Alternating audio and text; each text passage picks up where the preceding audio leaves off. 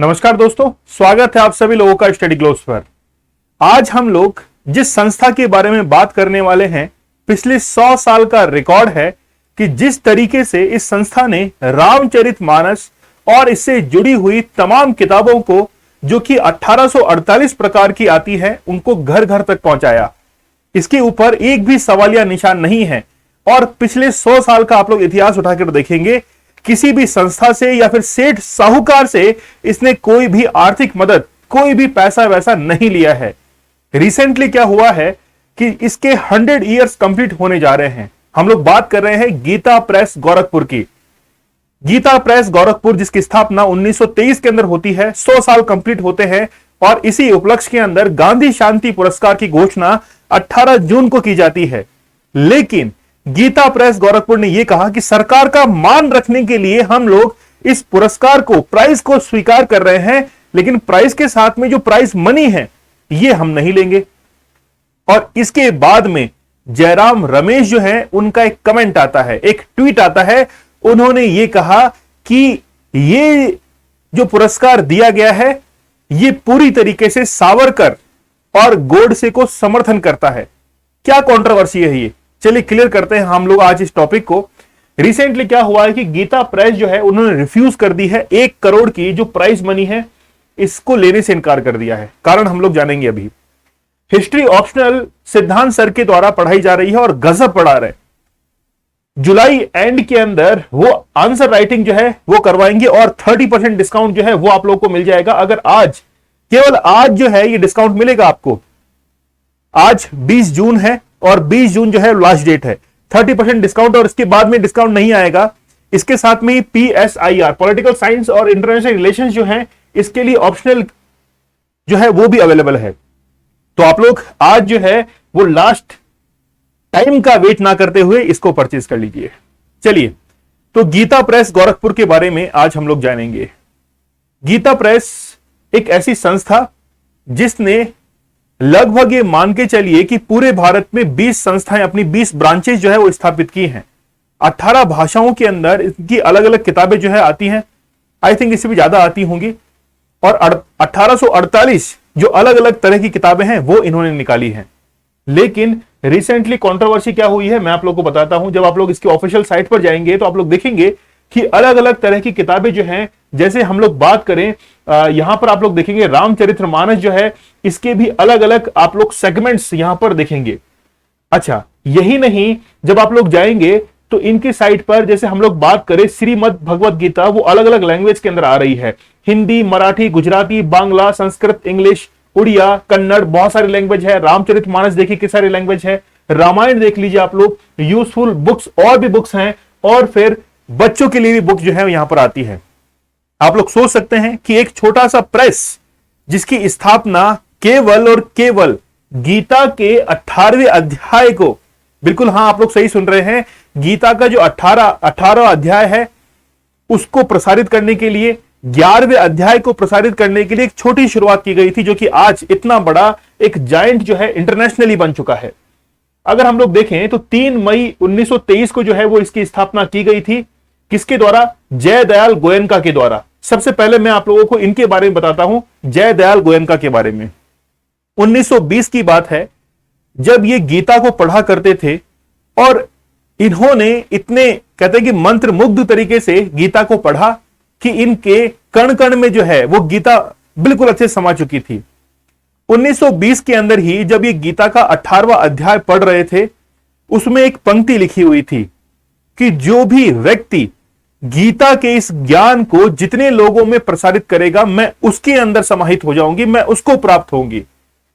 फिर क्या था कि गोयनका जो है, उन्होंने ये डिसाइड किया कि मैं इस किताब को प्रेस के अंदर छपवाऊंगा और फिर लोगों के अंदर प्रसारित करूंगा।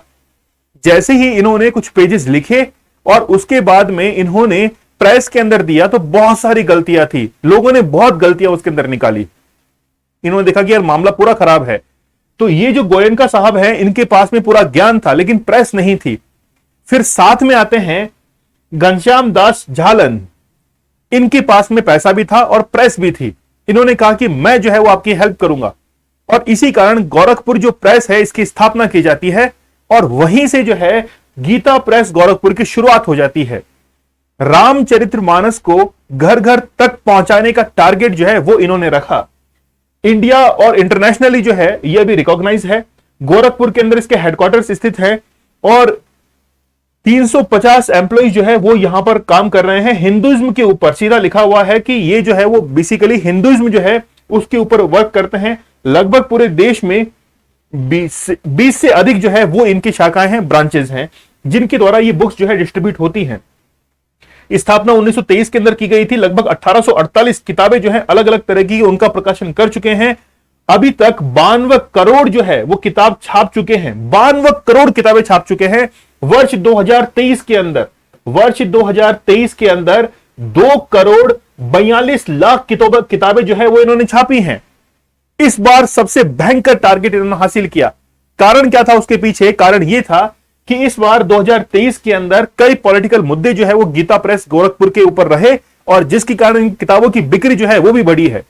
यहां तक कि प्रेस में काम करने वाले जो लोग हैं वो नंगे पैर यानी कि चप्पल जूते बाहर खोलकर फिर किताबों की जो है वो प्रिंटिंग करते हैं। आप लोग सोच सकते हैं कि कितना ज्यादा जो है वो धर्म के साथ में जुड़ाव है और बहुत गजब तरीके से इस चीज को आगे जो है वो बढ़ाया जा रहा है।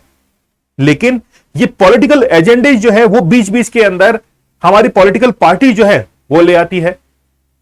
क्या हुआ है रिसेंटली वो मैं जिक्र करूंगा अब आप लोगों के सामने। बेसिकली क्या हुआ है कि नरेंद्र मोदी जो है उन्होंने एक कांग्रेचुलेट का मैसेज किया कि I congratulate Gita Press Gorakhpur on being conferred the Gandhi piece Prize 2021 जो है वो 100 साल पूरे होने पर इनको कांग्रेचुलेट किया है।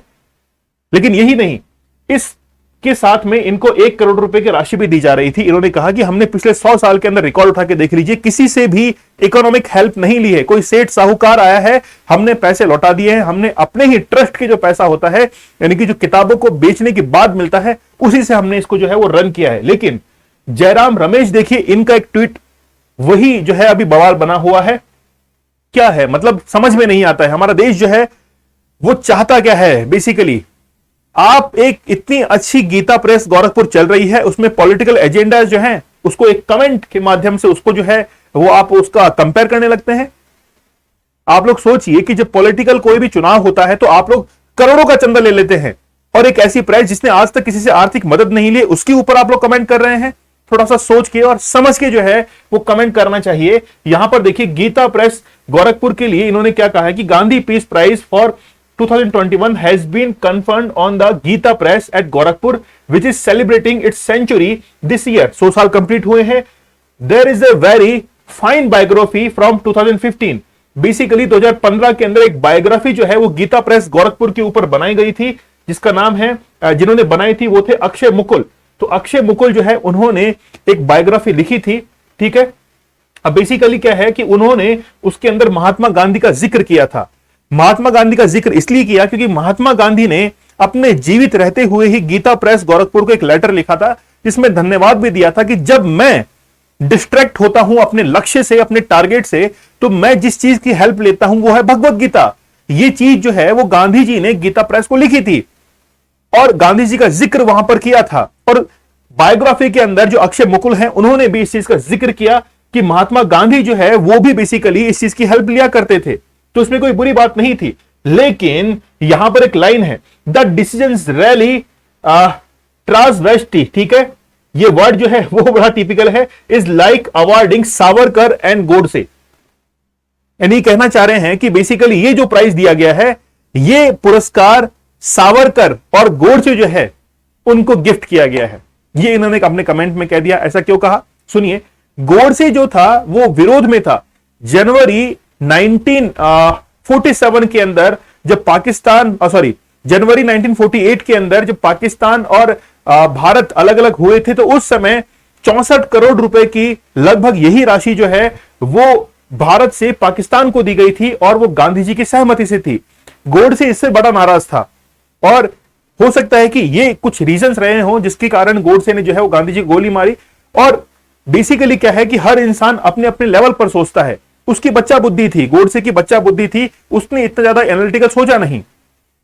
समझ पा रहे हैं आप लोग? तो बेसिकली क्या है, जब गांधी जी का जिक्र होता है तो जयराम रमेश ये कहता है कि ये बेसिकली गोडसे को एक गिफ्ट है। ठीक है, चलिए।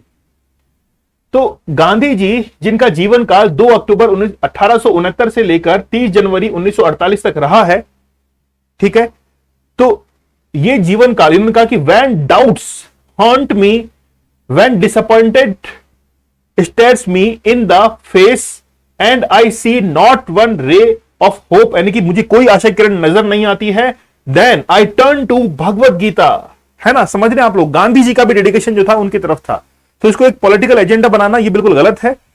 आप इसको जो है गीता प्रेस गोरखपुर को किसी से कंपेयर मत कीजिए, इसको पॉलिटिकल इंटरप्शन में मत डालिए। पहले ही जो है वो बहुत बेड़ा गर्क हो चुका है इंडिया के अंदर, पॉलिटिकली कई एजेंडाज को आप लोग इसके अंदर इन्वॉल्व करते हैं।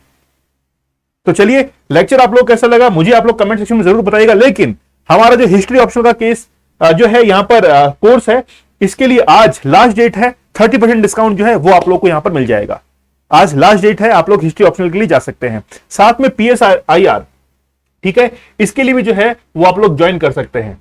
चलिए मिलते हैं हम लोग नेक्स्ट लेक्चर में। इसके साथ में प्रहार बैच जो है वो भी आप लोग ज्वाइन कर सकते हैं, यूपीएससी के एस्पिरेंट के लिए बहुत ही फायदेमंद बैच है ये, ठीक है। चलिए मिलते हैं हम लोग नेक्स्ट लेक्चर में, तब तक भी धन्यवाद, थैंक यू, जय हिंद।